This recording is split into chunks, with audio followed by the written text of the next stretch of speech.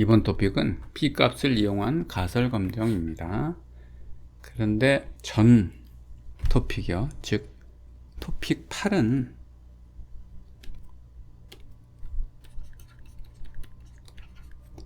단축 검정에 대해서 공부를 했습니다. 이번에 토픽 9는 양측 검정에 대해서 공부를 할 거예요. P값에 대한 정의는 나와 있습니다. 그리고 P값을 이렇게 정의한다고도 했어요. 최소의 유의수준이다. 규모가설을 기억하는 최소의 유의수준이라 정의한다고 했는데 그 얘기는 요거하고 같다고 되어 있습니다. 요거에 대한 설명을 제대로 보시려면 토픽 8을 보시면 되겠습니다. 자, 그럼 이제 양측 검정의 경우에 P값을 한번 구해 보겠습니다. 양측 검정이라는 규모가설이 이렇게 되어 있고요. 대립가설은 이렇게 되어 있습니다. 양측 검정에서 표본 평균 x바가 3으로 나타났다고 가정을 해 보겠습니다. x바가 3으로 나타났어요. 이때 P값은 얼마입니까? 라고 질문하고 있는 거죠. P값은 규모가설이 사실이라는 가정하에 관측된 결과보다 극단적인 결과가 발생할 확률이라고 되어 있습니다. 자, 먼저 규모가설이 사실이라면 무슨 얘기인가요? 뮤가 뮤 제로입니다 라는 뜻입니다. 즉 뮤가 뮤 제로일 때 x바의 분포가 여기 그려져 있습니다. 뮤가 뮤 제로일 때 g의 분포가 이렇게 그려져 있습니다. 그래서 지금 이 문장, 규모가설이 사실이라는 가정이라는 문장은 여기 그려져 있습니다. 관측된 결과보다 극단적인 결과라고 했습니다. 관측된 결과는 얼마죠? 3입니다.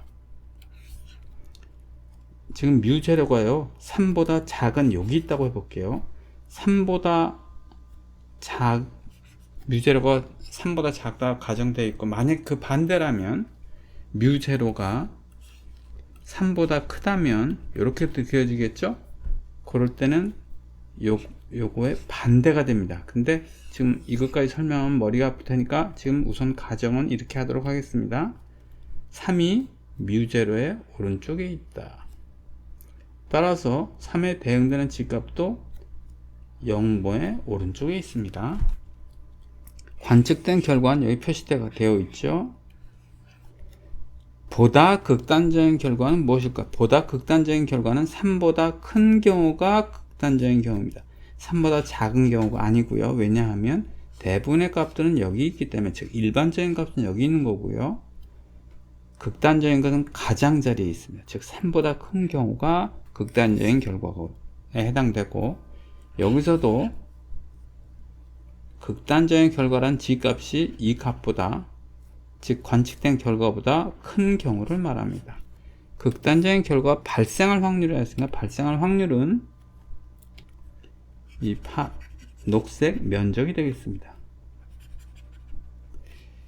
발생할 확률이라고 했으니까 이 녹색 면적이 P 같은데, 이때 유의해야 됩니다. 양측 검정에서는 그게 P가 아니에요. 자, 여기 읽어보겠습니다. 이보다 극단 결과가 발생할 확률을 이거로 나타나고요. 왼쪽에 있는 B급 침변의 면적과 같다. 그러나 이 면적은 P값이 아닌 P값의 2분의 1로 간주한다. 즉, 요 녹색 면적은요 2분의 P값이에요.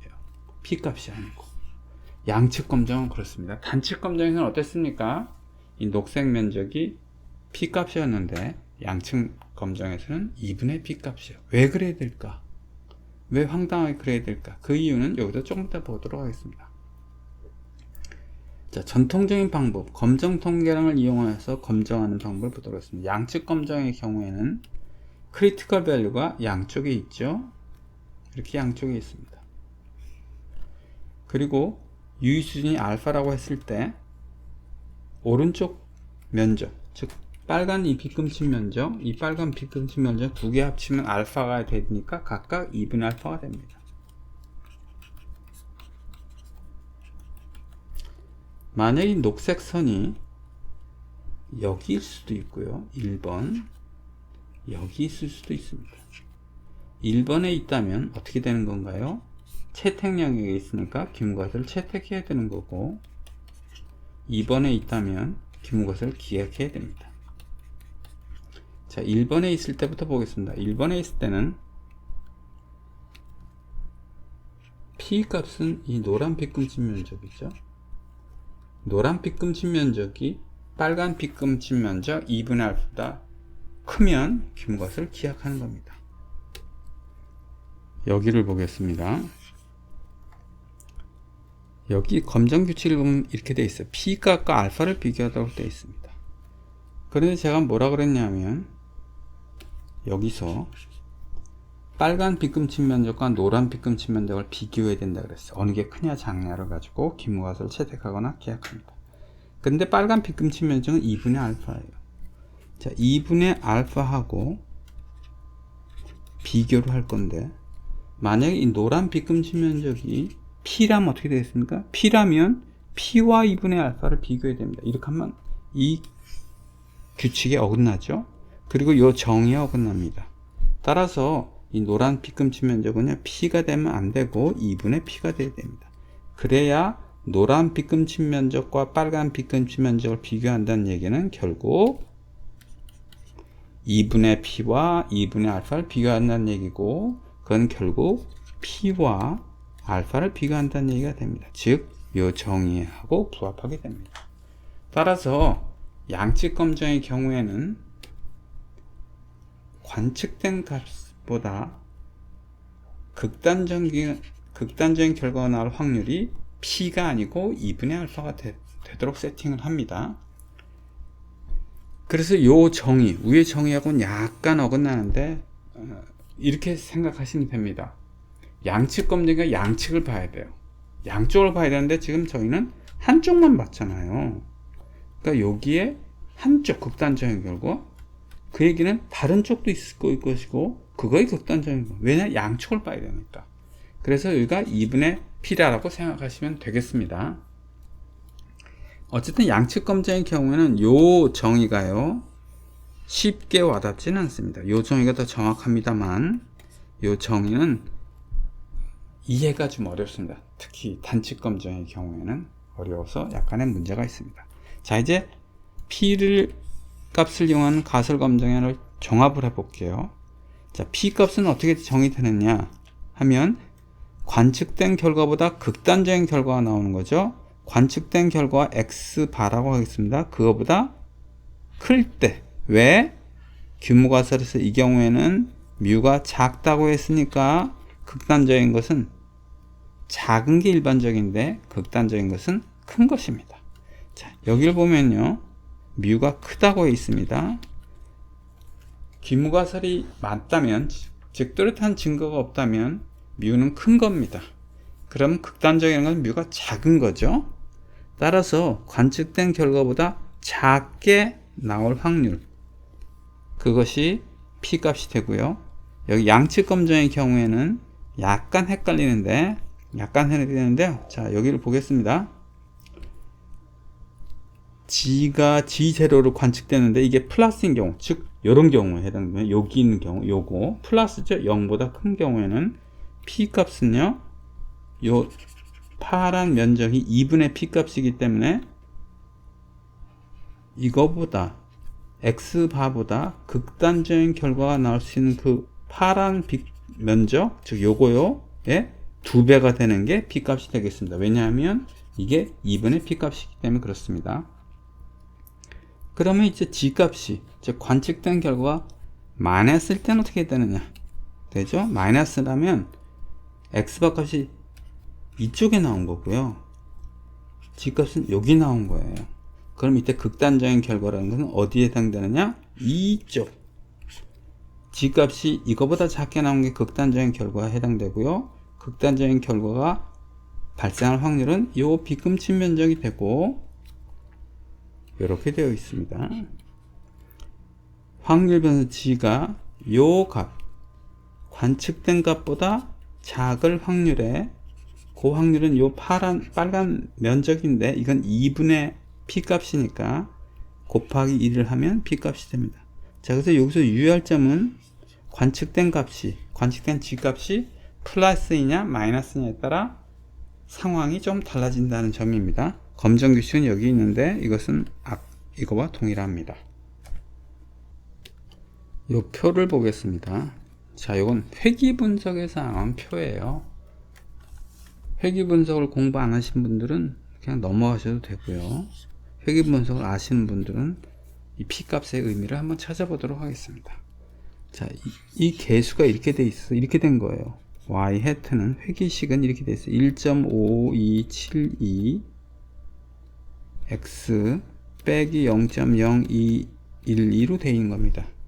즉 x, y축이 있다면 절편은 마이너스 0.02고 기울기는 1.52라 선이 이렇게 된 거예요. 이게 회귀선이라고 합니다. 자, 근데 여기 P값이 나와 있죠? 요거에 대한 의미를 찾아보도록 하겠습니다. 이 두 개가 있는데 P값이 요걸 볼게요. 자, 이게 무슨 뜻일까? P값이 0.029라고 합니다. 즉 P값은요 0.2%, 0.3% 반올림 하겠습니다. 0.3%가 입니다. 이것은요 기무과설과 대립과설이 이렇게 된 상황입니다. 자, 요거 기울기계수죠. 요걸 B1이라고 하겠습니다. 기울기계수는 이렇게 나왔는데 모집단의 기울기계수는요 0일까 아닐까 라고 질문을 하는 거예요. 무슨 얘기냐면 표본의 회귀식은 이렇게 나왔는데 즉 기울기계수가 1.5272인데 모집단에서는 기울기계수가 0일까 아닐까 하는 겁니다. B1이요. B1의 분포를 보는데 베이타 1이 0일 때 B1의 분포는 이렇게 됩니다. 그리고 베이타 1이 0일 때 G의 분포는 이렇게 됩니다. 근데 T 통계라고 나온 것은 T 값을 쓰는 건데 그냥 G라고 쓸게요. 우리 여기선 G만 여기서 G만 배웠지 T는 아직 안 배웠으니까 G라고 하겠습니다. 자, 이때 T 통계라는 값이 9.0이 나왔습니다. 즉 관측된 값이요 B1의 값은 여기 있고 그것은 1.52 나오고 그 다음에 관측된 G 값은 9.0016이 나온 겁니다. 이제 P 값을 구해 보겠습니다. 자, 여기서 G 값은 평균이 0이어야 되죠. 이 파란 선은 오른쪽에 있네요. 따라서 P 밸류를 계산하려면 이 오른쪽 면적을 봐야 됩니다. 이 오른쪽 면적이 뭘까요? 자, 이때 유의할 점은 이 P값, 컴퓨터가 계산하는 P값은요 단측 검정을 전제로 해서 P값을 계산하는 것일까? 아니면 양측 검정을 전제로 해서 계산할 것인가? 에 대한 질문을 먼저 해야 됩니다. 그 답변을 보면 여기는 써있지 않지만 이것은요 양측 검정을 전제로 해서 푸는 것입니다. 그래서 베이타 이 경우에 1이 베이타 1이 0이라는 전제 하에서 P값을 계산한 거예요. 이거 면적은요 양측 검정을 전제로 했기 때문에 이것은 2분의 P값이 됩니다. 이 면적이 2분의 P값이므로 P값은 어떻게 될까요? 자, 요게 0.3%가 2분의 P값이에요. 그래서 P값은 결국 0.6%가 되는 겁니다. 자, 그러면 언제 기무값을 채택하고 언제 기각할까요? 즉 다시 말해서 알파의 값이 언제일 때 기무값을 채택하고 언제일 때 기각할까라는 질문입니다. 지금 P값은 0.6%라고 했으니까 만약에 알파의 값이 0.6% 작으면 알파가 0.6% 이하이면 기무값을 채택하는 것이고 여기에 따르면 알파가 0.6%보다 크면 기무값을 기각합니다. 따라서 예를 들면 이렇게 질문할 수 있겠네요. 알파가 5%야. 그럼 기무값을 채택할까 기각할까? 기각해야 되겠습니다. 알파가 1%야. 규모값을 채택해야 될까? 기각해야 될까요? 기각해야 됩니다. 여기에 따라서 알파가 0.5%로 했어요. 그럼 규모값을 채택해야 될까요? 기각해야 될까요? 채택해야 됩니다. 여기에 의해서요. 자, 이와 같이 P 값이 있으면 컴퓨터에서 이런 게 많이 계산해 주거든요. P 값이 주어지면 바로 어느 수준의 알파에서 우리가 규모값을 채택하고 어느 수준의 알파에서 규모값을 기약할 수 있는지 알 수 있습니다.